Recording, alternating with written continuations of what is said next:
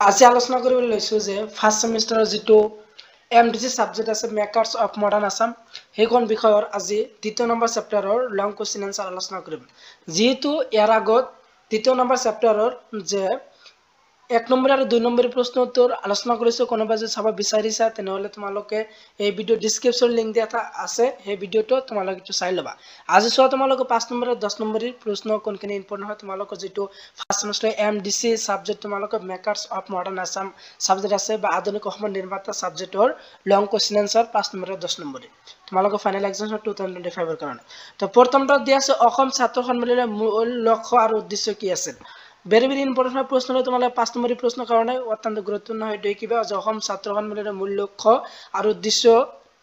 এর বিষয় আহিব পারে দেখিবা তার দেখিবা যে 2 নম্বৰত কিবা যে কালীচৰণ ব্ৰহ্ম আৰু বড়ো সমাজৰ সংস্কাৰ তো কালীচৰণ ব্ৰহ্ম আৰু বড়ো সমাজৰ সংস্কাৰটো শিকিবা তোমালোকে 5 নম্বৰ প্ৰশ্ন কাৰণে এটো যেটো জবৰ্ক ফাইনাল এক্সামিনেশন 2024 ত আহিছিল 5 নম্বৰৰ কাৰণে এই পেয়াৰ কৰাৰ কাৰণে very important হয় তোমালোকে 6টা পইণ্ট দিয়া আছে তোমালোকে 6টা ভালদৰে শিকি যাবা 2 নম্বৰটো মোস্ট ইম্পৰ্টেন্ট নেক্সট ইম্পৰ্টেন্ট প্ৰশ্নটো দিয়া আছে সাহিত্য হিচাপে গোপীনাথ বৰদলৈ মূল্যায়ন কৰা এইটো ইম্পৰ্টেন্ট হয় তোমালোকৰ 5 নম্বৰ বা 10 নম্বৰ প্ৰশ্ন এটো আহিব পাৰে সাহিত্যিক হিচাপে গোপীনাথ বৰদলৈ মূল্যায়ন কৰা তো গোপীনাথ বৰদলৈৰ মূল্যায়ন আহিব পাৰে সাহিত্যিক হিচাপে তো ইয়াৰ আনসাৰটো তোমালোকে চোৱা কোনখিনি আনসাৰটো হয় এৰ আনসাৰটো যেটা দিয়া আছে তোমালোকৰ প্যাৰাগ্ৰাফ হিচাপে দিয়া আছে তোমালোকে চাই লবা উত্তৰটো দিয়া আছে very ইম্পৰ্টেন্ট হয় প্ৰশ্নটো 5 নম্বৰ বা 10 নম্বৰ প্ৰশ্নৰ কাৰণে যেটো 3 নম্বৰ প্ৰশ্ন দিয়া আছে এটো মোস্ট ইম্পৰ্টেন্ট হয় নেক্সট ইম্পৰ্টেন্ট প্ৰশ্ন দিয়া আছে তোমালোকৰ 4 নম্বৰ প্ৰশ্ন এটো কৈছে অসম ছাত্ৰ সন্মিলনৰ গঠন আৰু অসমৰ ৰাজনৈতিক আৰু সামাজিক জীৱনত ভূমিকা সম্বন্ধে আলোচনা কৰা এটো 2024 ফাইনাল এক্সামিনেশনত আহিছিল গুৱাহাটী ইউনিভাৰ্চিটিৰ ফাইনাল এক্সামিনেশন এই প্ৰশ্নটো আহিছে অসম ছাত্ৰ সন্মিলনৰ গঠন আৰু অসমৰ ৰাজনৈতিক আৰু সামাজিক জীৱনত লোৱা ভূমিকা সম্বন্ধে আলোচনা কৰা এটো 10 নম্বৰ প্ৰশ্ন আহিছিল তো তোমালোকৰ এই বৰ্গৰ কাৰণে very important হয় তো এটো তোমালোকে কি যাবা এটোটো কৈছে 1916 চনত অসম ছাত্ৰ সন্মিলনৰ জন্ম উপনিৱেশিক অসমৰ অন্য এক উল্লেখযোগ্য ঘটনা সৰ্বভাৰতীয় পৰ্যায়ত ছাত্ৰ সমাজৰ মাজত হোৱা বিভিন্ন ঘটনাৱলীয়ে স্বদেশী আন্দোলন সমৰল আন্দোলন আদি যি ৰাজনৈতিক সচেতনতা বৃদ্ধি কৰিছিল তাৰ প্ৰভাৱ অসম ছাৰ সমাজত পৰিলক্ষিত হৈছিল তো এটো ইম্পৰ্টেন্ট হয় তোমালোকৰ এটো শিকি যাবা তোমালোকৰ 10 নম্বৰ প্ৰশ্ন কাৰণ আৰু আছে ইয়াৰ আনসাৰটো তোমালোকে চোৱা আনসাৰটো তোমালোকে স্ক্ৰিনশ্বট মাৰিব পাৰা এইবিলাক আছিল আনসাৰ very ইম্পৰ্টেন্ট হয় তোমালোকৰ ফাইনাল এক্সামছৰ কাৰণে যিবিলাক প্ৰশ্ন তোমালোকক দি আছো যেটো graduation BA BSc first semester যেটো এমডিসি তোমালোকৰ যেটো এমডিসি সাবজেক্ট মাল্টি ডিসিপ্লিনাৰী কোৰ্স যেটো মেকাৰ্স অফ মডাৰ্ন আসাম বা আধুনিক অসমৰ নিৰ্মাতা যিখন বিষয় আছে এইখন বিষয়ৰ 10 নম্বৰ আৰু 5 নম্বৰ প্ৰশ্নৰ কাৰণে মোস্ট ইম্পৰ্টেন্ট হয় এইবিলাক প্ৰশ্ন তাৰপিছত তোমালোক 5 নম্বৰটো কি কয় সেটো চোৱা যে দেশভক্ত তৰুণৰাম ফুকনৰ চমু পৰিচিত জীৱন দৰ্শ সম্পৰ্কে আলোচনা কৰা এইটো 2023 ত আহিছিল ফাইনাল এক্সামিনেশন এটো 2023 বৰ্গত আহিছিল তো এই বৰ্গৰ কাৰণে ইম্পৰ্টেন্ট হয় দেশভক্ত তৰুণৰাম ফুকনৰ চমু পৰিচিতি জীৱন দৰ্শৰ সম্পৰ্কে আলোচনা কৰিবলৈ আহিব পাৰে এৰ আনসাৰটো তোমালোকে স্ক্ৰিনশ্বট মাৰিব পাৰা স্ক্ৰিনশ্বট মাৰি লোৱা তো এইটো ইম্পৰ্টেন্ট হয় তোমালোকৰ 5 নম্বৰ প্ৰশ্নটো very important হয় এইবিলাক আছিল আনসাৰটো তোমালোকে চাই লোৱা এইবিলাক আছিল আনসাৰ 5 নম্বৰ প্ৰশ্ন আৰু আছে আৰু এইবিলাক প্ৰশ্ন এই প্ৰশ্নটো তোমালোক 10 নম্বৰী বা 5 নম্বৰী এৰ নম্বৰী প্ৰশ্ন তোমালোকৰ ফাইনাল এক্সামছত দেখিবলৈ পাবা তো তাৰ কাৰণে এটো শিকিবা তাৰ পিছত নেক্সট ইম্পৰ্টেন্ট প্ৰশ্ন দিয়া আছে 6 তো 6 নম্বৰ প্ৰশ্নটো কি কৈ আছে এটো যে তৰুণৰাম ফুকনৰ স্বাধীনতা আন্দোলনৰ লোৱা ভূমিকা সম্পৰ্কে আলোচনা কৰা যে তৰুণৰাম ফুকনৰ স্বাধীনতা আন্দোলনত লোৱা ভূমিকা সম্পৰ্কে আলোচনা কৰিবলৈ আহিব পাৰে যে তৰুণৰাম ফুকনৰ স্বাধীনতা আন্দোলনত কি ভূমিকা লৈছিল ইয়াৰ বিষয় তোমালোকৰ 10 নম্বৰ বা 5 নম্বৰ প্ৰশ্নটো আহিব পাৰে তো এইটো ইম্পৰ্টেন্ট হয় আৰু এইটো যোৱা বৰ্গত আহিছিল 2023-24 বৰ্গত আহিছিল ফাইনাল এক্সামিনেশনত তো তোমালোকৰ কাৰণে ইম্পৰ্টেন্ট হয় আনসাৰটো কোৱা আছে বহুত গণ অধিকাৰ তৰুণৰাম ফুকন আছিল সৰুৰে পৰা দেশৰ কল্যাণৰ প্ৰতি আগ্ৰহী সেই সময়ত বংগদেশ আৰম্ভ হৈছিল বংগভংগ আন্দোলন যাৰ ফলস্বৰূপে তেওঁ বৰ বেছি দিন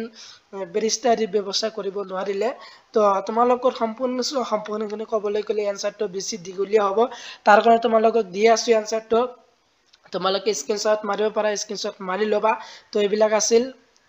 প্ৰশ্ন উত্তৰ তোমালোকৰ ফাইনাল এক্সামিনেশন 2025 ৰ কাৰণে যেটো ফাৰ্ষ্ট সেমিষ্টাৰ এমডিসি সাবজেক্ট আছে দ্বিতীয় নম্বৰ চেপ্টাৰৰ লং কোশ্চেন আনসাৰ তোমালোকৰ 5 নম্বৰে বা 10 নম্বৰে আৰু কেইদিনমান আগত এখন ভিডিও আপলোড কৰিছে সেই ভিডিও তোমালোকৰ এইখন চেপ্টাৰৰ তোমালোকৰ 1 নম্বৰ আৰু 2 নম্বৰ প্ৰশ্নৰ ইম্পৰ্টেন্ট দিছো তো এই ভিডিও ডেসক্ৰিপচনত লিংক দিয়া আছে এইটো তোমালোকে চাই লবা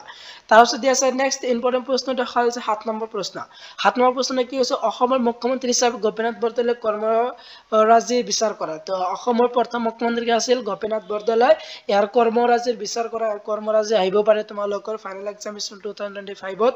যেটো তোমালোকৰ অহা ডিসেম্বৰ মাহত তোমালোকৰ এক্সাম আছে তো অহা ডিসেম্বৰ মাহৰ কাৰণে এইবিলাক শিকিবা তাৰতো 1947 চনৰ 15 আগষ্ট তাৰিখত 15 আগষ্ট ভাৰত স্বাধীনতা হোৱাৰ পিছত তেওঁ অসমৰ মুখ্যমন্ত্ৰী নিৰ্বাচিত হয় সেই সময়ত মুখ্যমন্ত্ৰী